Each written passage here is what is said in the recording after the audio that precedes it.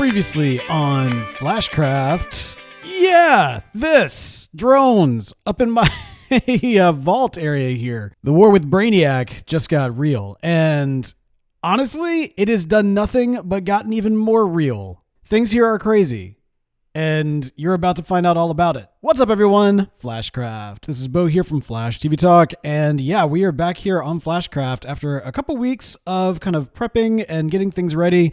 And so much has happened since we have last been here on the Flashcraft realm, and we need to talk about it. We need to kind of show you what's going on. But first, we need to figure out how to get out of this room. And then I just remembered, oh yeah, there's a door. I was about to try to like hit my head out there, and then I realized, oh yeah, we have doors for these things. Forgot about that. Central City. It is a beautiful place. Earth 2 is a beautiful, beautiful place. Oh no. Oh, no.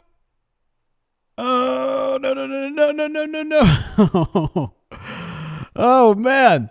Okay, quickly, must make it into the hall. Yep, had a little detour. Big storm. There we go.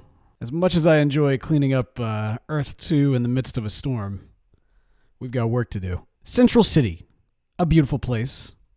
A place that many have been able to call home, and I have been able to, at least temporarily, call home, is under extreme threat. I was brought here to fight an alien invading menace of Brainiac, who had started to digitize the town. To say that things have escalated is putting it very, very, very mildly. Look at that! Look at this!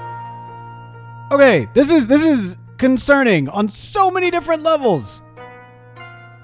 Brainiac is no longer in the shadows, ladies and gentlemen. His ship has appeared here at Central City and has started the process of I don't even know what's going on. This is terrifying. Look at this. You can't even, let's see. Yeah, you can't even get, like, if you fly through these vines, it immediately, or I guess these tentacles, I should say, they immediately, like, cut out your your rockets. There's only one way up, and it's here. And I got to tell you, I'm not going. I'm not ready for this. We're not ready for this. We're not gonna just like roll into Brainiac. Ow. We're not gonna just roll into Brainiac's ship like that. No. We have got to have a plan. And so, as you can see, as I mentioned, things have been going down here. And once this thing popped up, I immediately got to work and started setting up a little base here in Central City. Now, I refuse to be operating out of LexCorp Plaza. And, the great thing is, my kind of floating base, motif here, I think it works. I think this is a good spot for us. We're on the opposite side of the city from Brainiac, and thus we can kind of plan accordingly. I've already gone ahead and put up a board for kind of some resource gathering that needs to happen as we get things ready to go. And we don't have a ton of resources, but hopefully today we can start kind of our, assault or prepping for our assault on Brainiac's ship before it digitizes the entire town. This is, ladies and gentlemen, this may be the very fight of our lives on Earth 2. Now, this is a very basic little base. I'm not going to lie. It's very basic. It's very open, but that's kind of to some extent by design. Probably should have a bed up here. That would make a lot of sense. And the great thing is this does have the added benefit of being quite the eyesore to LexCorp Plaza. So check this out. Like if you're up here and you look out the window, it's like, oh, you're surveying the town. But then, oh, this is like right here, kind of blocking your view of Star Labs. Even better, if you're sitting in the seat of the LexCorp CEO, it totally ruins the view of Star Labs. So I have a feeling my Earth 2 counterpart is not going to like that at all. But I think that makes the most sense. That gives us kind of a nice overview, and we'll be prepared to do what we need to do to combat Brainiac.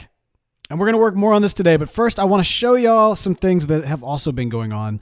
Yes, the Brainiac-controlled drones are still doing their number on the city, and we are keeping a close eye on that.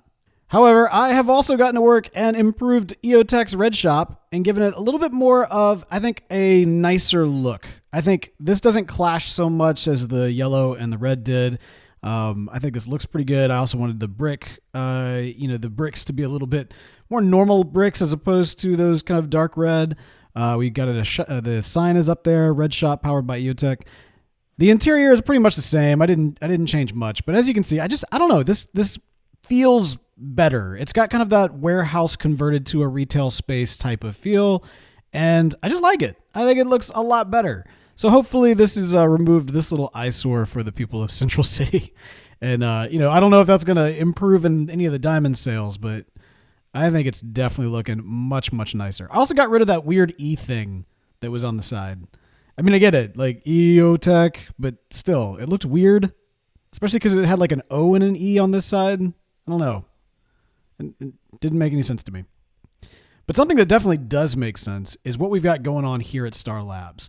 Oh man, I am so excited to show you all this. So we have been working very, very hard, as you know, building Star Labs here at Central City. As you know, it is kind of the big final team build here on Earth 2, and it is something that, it kind of brings us back to our roots, and it just seems like the perfect way to kind of cap things off. But unlike in Season 1, Earth 1, if you will, we wanted to make sure that there was an interior for this Star Labs. And so that is exactly what we've been working on.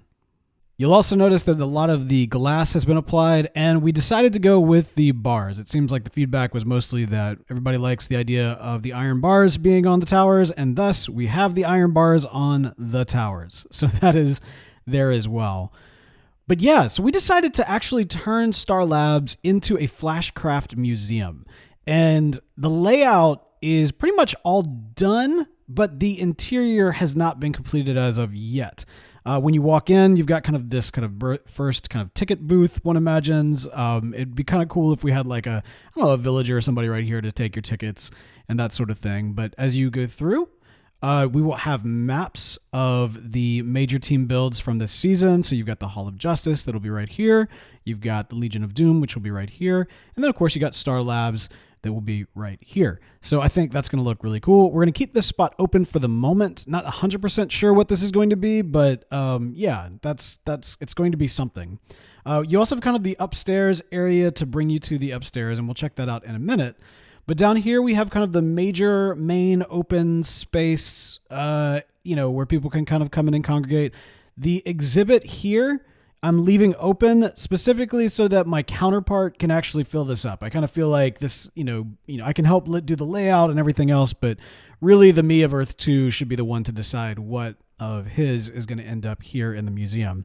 However, every single section does have kind of room for other Flashcrafters to put their things. So, for example, this room right here is dedicated to Beall, so he'll be able to put any kind of mementos or things or maybe recreations from his base or whatever from this season he can keep in here.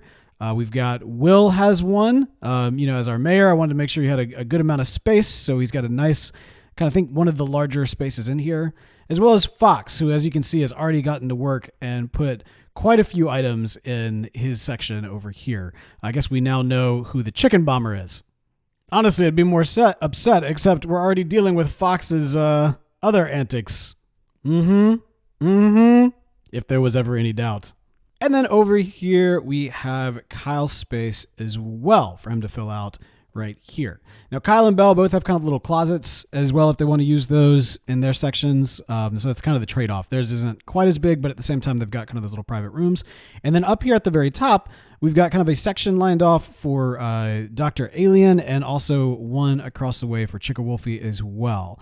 And then up at the very top, we've got Flashcraft up here hanging up. We've got a little Flashcraft a little rug right here, and then a little podium and all that kind of good stuff. I'm really proud of how this turned out. I was a little intimidated by all of this space and how we were going to fill it up, but it seems to have come together really well. And, by just kind of building circles within circles, it seems to have made up things. I don't know. We've been able to divide it up in a way that seems very, digestible, I suppose, in order of the decor. And also, I just really like the fact that we went with the museum route.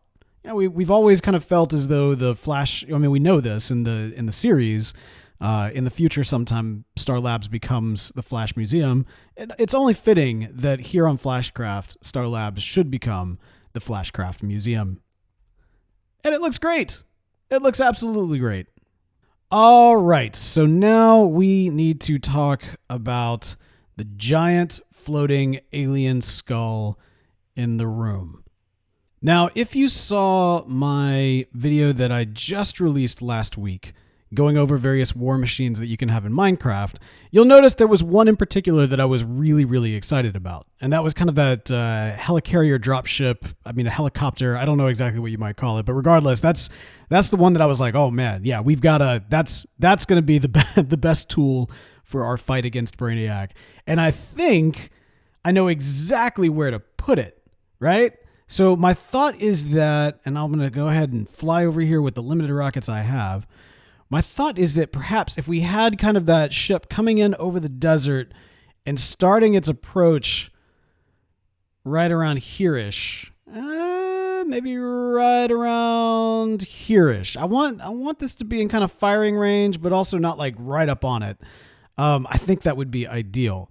I've also been kind of using the EOTech Park as kind of my primary means of, when I sit on this bench, what looks good? What is the city? What's going to not ruin the cityscape and that sort of thing? And yeah, I mean, as you can see, it's part of the reason why my little in-city base ended up right over there. Well, I'm thinking if something was right over there, that might be perfect for going and bringing in our attack against Brainiac.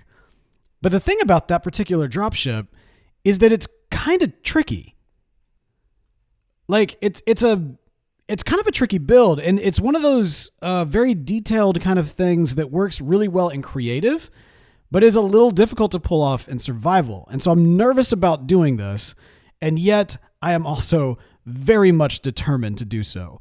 Like, I don't even know if you noticed, but like even the wings were not quite right in the video that I put out. Like I caught it after the fact, I think in maybe my thumbnail or something like that. And I was like, oh wait, oh man, this is off by one block, but regardless, it's okay. It looked awesome, and I want it. I want it here, and I want it to take down Brainiac, and I think we can make it happen.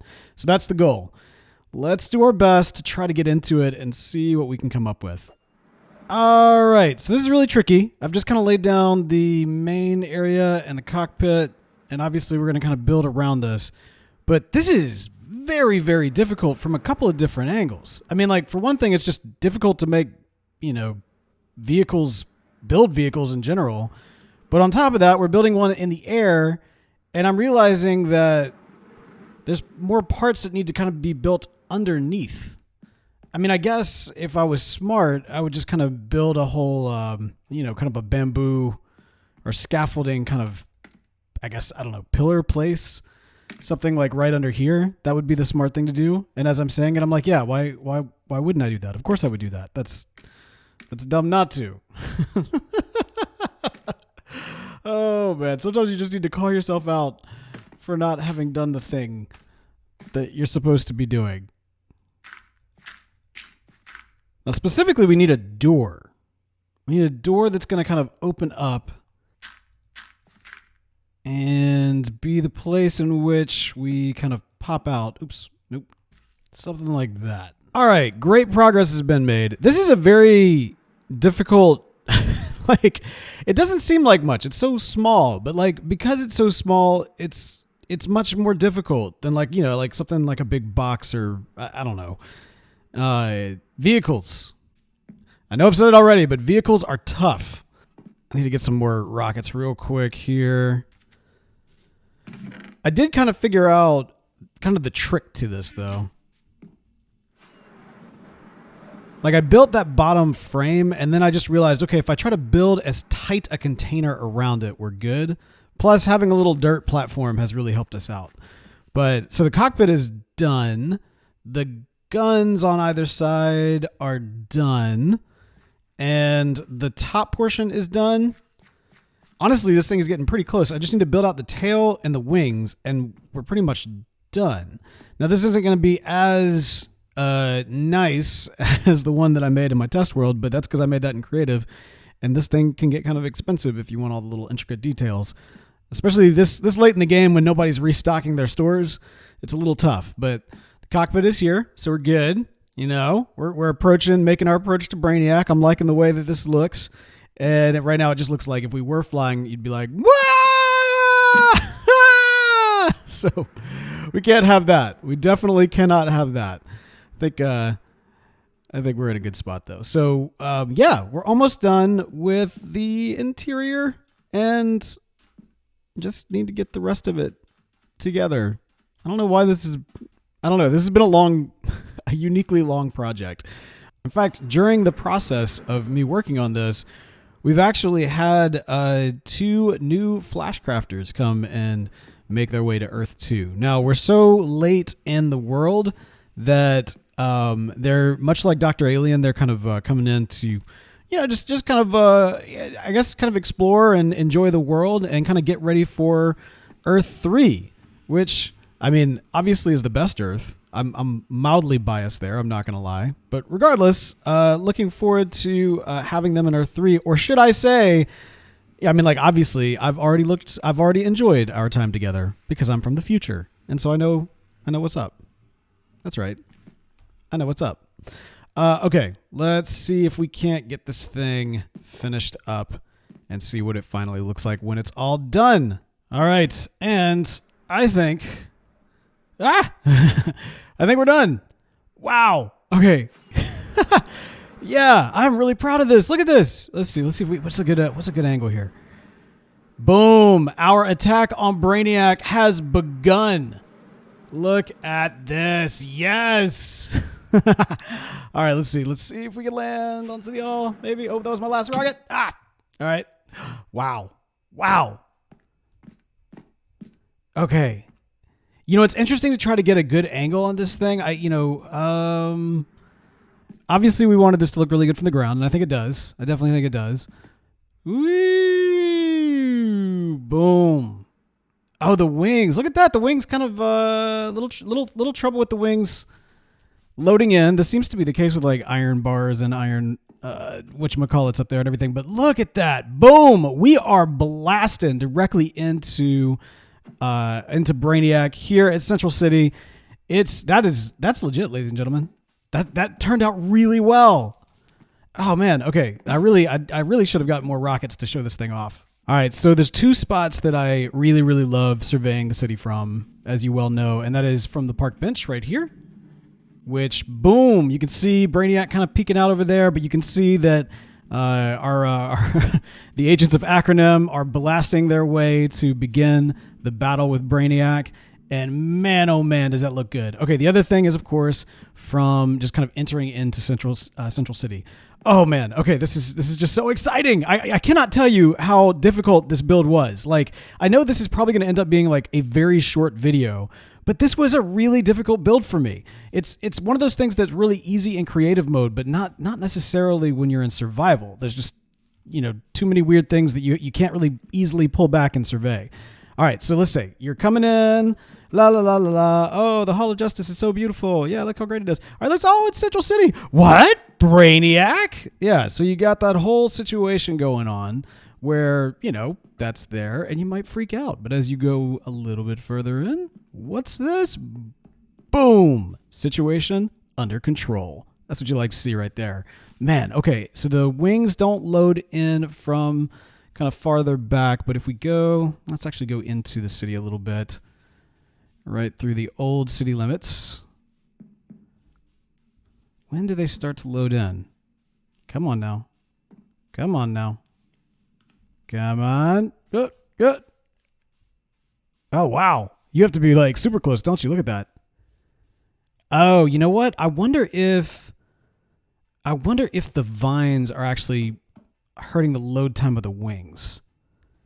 That may or may not be the case. I have no earthly idea.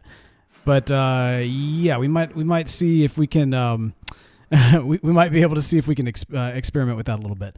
Wow, this looks so good. And it's different from the one that I created in creative mode. There's some, changes to the overall kind of pattern and design and that sort of thing. And mostly just by necessity. Like I said, without being able to be in creative mode, you can't really pull back as easily and make adjustments and tweaks and corrections and that sort of thing. But beyond that, you'll also notice that unlike the one in creative mode, this one is actually even. The one that I made in creative mode, I think that wing was a little bit further away. So yeah, and can we dive down here from the side? Yep, there we go. We made it. So we'll need to get some armor in here and get that thing out of this guy's hand. We have got the cockpit all ready to go. Shaboom. You can't really you can't really look out from that standpoint, can you? But regardless, this is here. It's ready to blast directly in, and as you can see, we have started the process of blasting straight in to Brainiac's megaship, mothership, whatever you want to call it here. And then boom, we're ready to fly out and do what we got to do once we blast a hole right into this thing, or maybe we'll just go up here. But regardless, it's going to be awesome, and I think that we have done the good people of Central City, and especially of Earth 2, a huge solid by giving them the weapons they need to fight this alien menace. We're coming for you, Brainiac. That's right. Well, like I said, this is just the beginning. You know, now that we've got our drop chopper here, now that we've got the chopper here, we are ready to really kind of begin our assault. As you can see, we've got our home base up there, and I think that we've got a lot of great stuff going on. The agents of Acronym have been hard at work, as I understand it, creating potions for us to be able to use in the battle against Brainiac. And I know, I mean, like, if you're like me, you're thinking, okay, so we have got now the Agents of Acronym HQ, wow, that is fully decked out with potions. We've got potions of healing, potions of strength, fire protection, we've got regeneration, we've got water breathing, night vision, pretty much anything that Brainiac could throw at us, we are about to be ready for. Splash potion of weakness, splash potion of harming. Oh yeah, we got him. We got him. Like, this is going to be quite the battle to end all battles, and we are going to absolutely destroy that alien menace. But here's the thing. The Agency of Acronym, this is a great headquarters and everything else, but the problem, of course, is that it surveys Area 52, Area 51? I think it's 51. But the problem is that Brainiac, you know, we're starting to realize that this was not Brainiac at all. And in fact, our forces have been actually looking in the wrong place because Brainiac has made his approach from the south, and thus we too need to be ready. We have established our headquarters then here where we can observe and store additional resources and the like to get ready to attack. We're outside of the range of anything that Brainiac could throw at us, but now we have made our move inward with our chopper ready to do battle with the big brain himself. Don't worry, Fox. We're going to save you. We're coming for you. We're going to destroy this alien that's controlling your mind and free your body and return you to the good man that we know you to be. That's coming soon, ladies and gentlemen, so stay tuned to the next Flashcraft as we continue our battle with Brainiac. Goodbye!